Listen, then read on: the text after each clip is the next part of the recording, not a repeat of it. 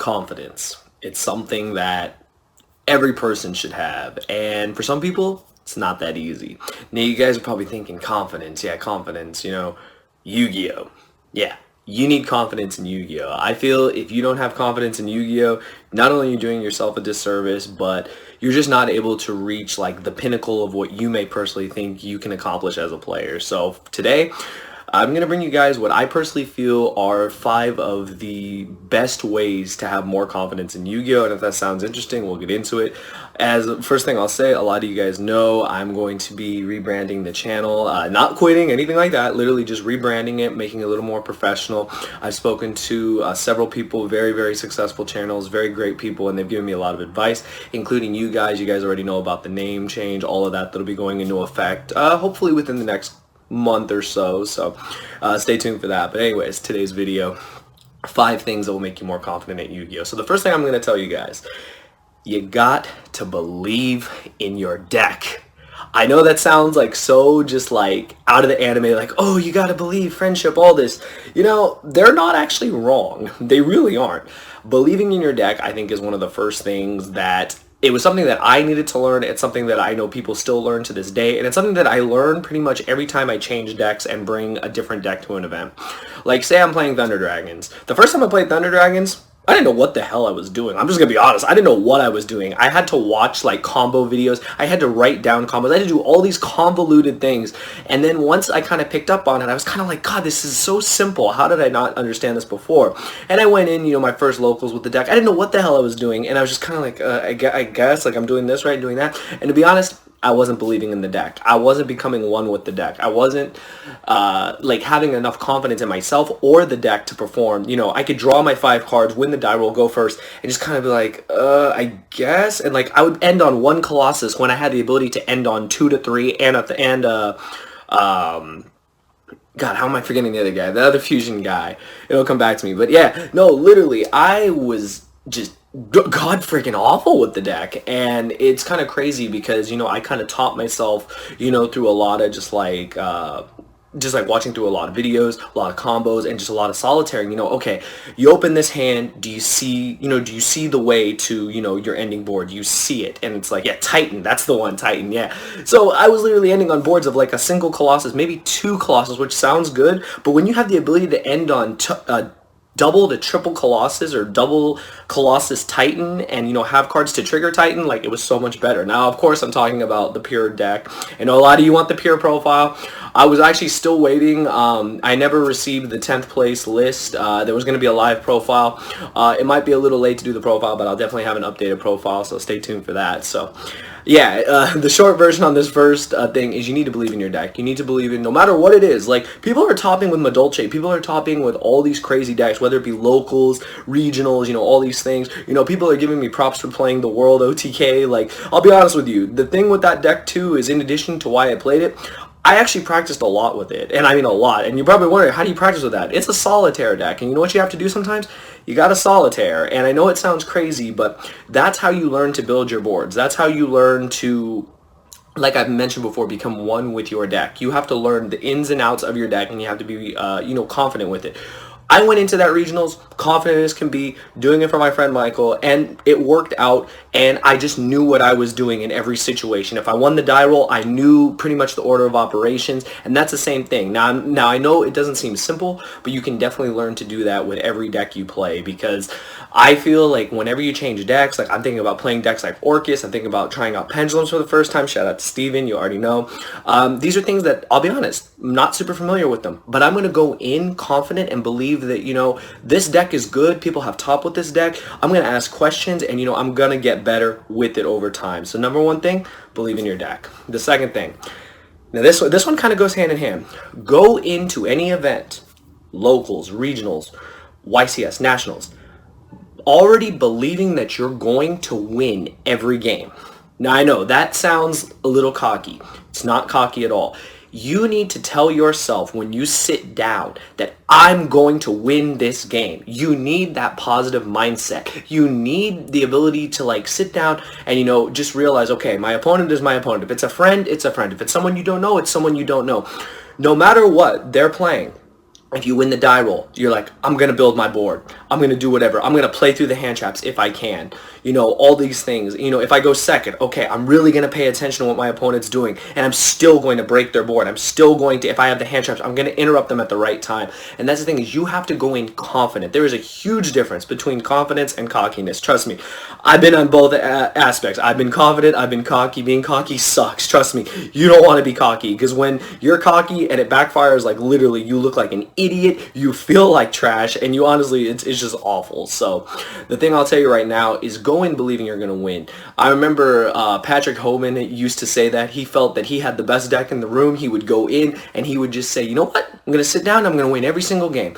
Could happen, could not happen. You have seen the people that have gone undefeated all the way to the finals, literally at a YCS, and just won everything, just won every single match.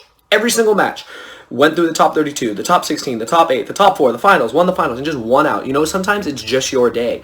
But, you know, if you go in confident, believing that, you know, I'm going to win every game. Like, it could be locals. It could be a 3 or 4 round locals. And, you know, you just be like, you know what? No matter what I play against, I'm going to win. I'm going to win. And, you know, even if you don't win, you need that positive mindset. If you go in and automatically think, oh, man, I'm going to lose. Oh, he's playing Draco. Oh, he's playing this. Oh, I can't beat that. You've already lost. Like, you've literally already lost, because mentally you're already down. You've already pretty much defeated yourself, and trust me, there is no way you're going to, you know, capitalize on that unless your opponent bricks and you know what you're doing. But when you're already telling yourself you're not going to win, you're not going to play at your best. Trust me. I've been that way. I've been unconfident in decks, and I've paid the price. Then I get told by a teammate or a friend, you know, you could have done this, you could have done that. And I was like, oh, I never saw that. You know why I never saw that? Because I was already thinking I was going to lose. Trust me, not worth it. And the third thing, now this one is something that I've discovered over time, and it's taken years to, like, and I literally mean years. I know for some of you guys it might not take you this long, but don't ever let table talk get to you. I have played, I don't know how many games of Yu-Gi-Oh over the years, and I have had opponents that stay quiet. I've had opponents that, you know, just declare their phases, declare their moves, you know, simple stuff like that. Very simple back and forth banter, you know, as it usually goes. And then you have the people that table talk. And I'll tell you right now, even at my last regionals, I sat next to someone who table talked their opponent. My opponents weren't table talking. But in my head, I was like, this guy is literally just trying to get in the head of his opponent. And you know what ended up happening? I think it worked. And I'll tell you right now, if you get an opponent that table talks you, you'll know. If they be like, oh, this hand sucks. Oh, I need this card to win. Oh, this hand's so good. They just talk all this crap. I'm going to give you guys some honest advice. Ignore that shit. Like, literally, just ignore it. I know it's not easy. You know, your opponent wants to table talk. What I honestly do, in the past when I've had a table talking opponent, is I just smile and say, okay, cool. And I don't pay attention. I kind of just zone it all out. Like, when I play, people have told me, like, I look really serious when I play. But the thing is, I'm zoning out all the other stuff around me. I don't care if I have people next to me. I don't care if I have, you know, people watching from behind, people watching from the other side. It's literally me and my opponent. If they want to table talk, they can chat it up all they want.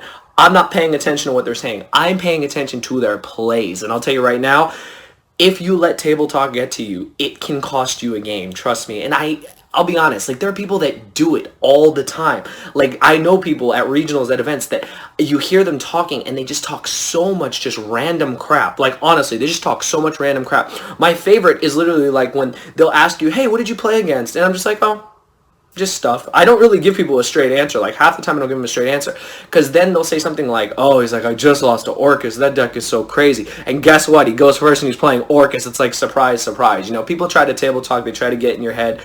Don't let them do that. Trust me. You need to be confident in yourself and in your plays. And if you let table talk get into you, it's just not going to work. So, I'm telling you right now, do your best to, you know, just avoid the table talk. And, you know, obviously, you could try and just tell your opponent, hey, can you shut up and just play the game? But, I mean, it probably won't go down like that. But the thing I can tell you is don't pay attention to it. Look at your hand. Look at the field. Look at what your opponent's plays. Don't even look at your opponent. Just look at their plays. Watch their hands in case they try to cheat, all that crap. But, like, literally just pay attention to that, ignore what they're saying, and play your game. It'll definitely make a big difference, and it's something I've learned over the years. The next thing would be practice. Now, this is such an open-ended, you know, just like thing. Practice, practice, practice. Yes, it's like a sport, practice.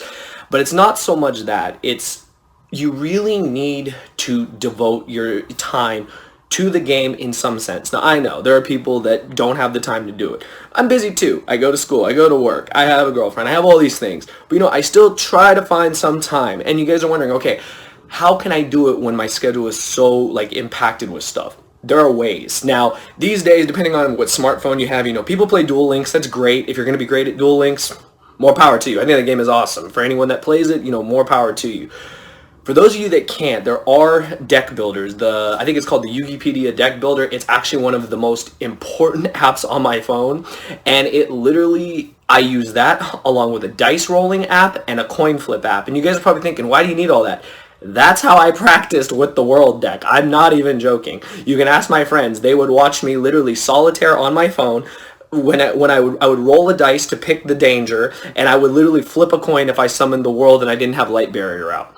I literally did that. Now I know you guys are thinking, okay, that's extreme. But I can tell you right now, I know plenty of high caliber players, a million times better than me, that use that app all the time. I know, depending, because I have an iPhone, depending on if you guys have an iPhone or an Android, they're available, I think, for both devices. There's also other ways, and you can solitaire. It lets you see your hands. So I'm saying, if you're on the go, you don't really have, the time to practice on Dueling Book or anything like that, you have the ability to do it on your phone too, at least to solitaire. And one trick I was always taught by really good players is draw multiple hands of your deck every time, and you can do this on the app. And when you have a hand of 5 cards, if every single hand is playable, your deck is consistent.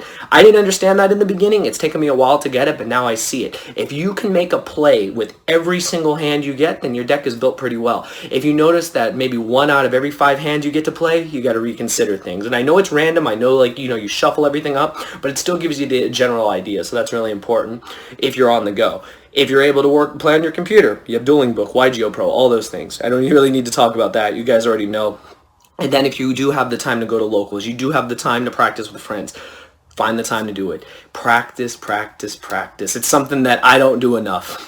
I'll be honest, I don't do it enough, but I try to find more time to do it these days. And trust me, if you practice more, your confidence is going to go through the roof, because like I've already mentioned these other things, you're going to know your deck inside and out. And that is what I've learned over the years is the key to being successful and the key to being confident in this game. And last but not least, the fifth, and I think actually out of all these things, I think this is the most important thing. You need to surround yourself with players who are better than you and who have the same or better goals. It sounds like a mouthful, but here's the thing. You need to practice with people who will beat your ass. You need to lose 1,000,000 times over and get trounced by better players for you to get better. I know it sounds so ridiculous. You'd think, Slim, oh God, if I lose, doesn't my deck suck? No. Your opponent is better than you. They're going to point out the mistakes you make. They're going to tell you how to improve your deck. They're going to make you a better player, and overall, they're going to boost your confidence. I'm going to shout out my boy Manav. Whenever I get the chance to play test with him, it changes everything. I'm just going to tell you guys. It literally puts me on, he can put me on tilt. If my hand isn't that good, he can point out the mistakes I make, and I'm able to improve with that. And I'll tell you right now, I use him as an example because I hold him as one of the best players I know. And the thing is that being able to test with someone who's better than you, who's more successful than you, who is just overall better at the game than you, helps you get better. It's not a competition in the sense, if you're practicing, you need people to push you. You need that push. And I'll tell you right now, if you play with people who are not better than you, who do not have the same goals, who just don't care, who just want to play whatever deck they want to play. I like being competitive. If I'm around a group of people that don't want to be competitive, that don't have the same goals, I'm not getting any better. They might get better from play testing around me, but I personally am not getting better. And that's the same thing I can tell you guys. What if you're on a team, if you have a testing group, if you guys all have the same goal, hey, I want to top regionals, hey, I want to go to nationals, I want to get my invite, I want to top a YCS. Those are the people you want to be with, because they're going to strive to be successful, and that will definitely, carry on over to you if that's your same goal. The best thing I can say is, like I said, test with a group that's better than you. You learn so much from them, and you also are going to be with people who, like I said, have the same goals. When they have the same goals or even higher goals, what if their goals is to go to Worlds? And that's such a high, that's literally the pinnacle of Yu-Gi-Oh! Is to go to Worlds. But when you're with someone who is that determined and that dedicated, that rubs off on you. And the best part of it is you get better in the process. And I can tell you right now, these 5 things I mentioned, they'll definitely make you more confident at Yu-Gi-Oh! I'm no pro player. Don't claim to be, probably, maybe I won't ever be, but I can tell you right now, my confidence in the game has gone through the roof over the years and over the past couple of months because of these things I mentioned, and hopefully it helps you guys too. But anyways, I hope you guys enjoyed the video.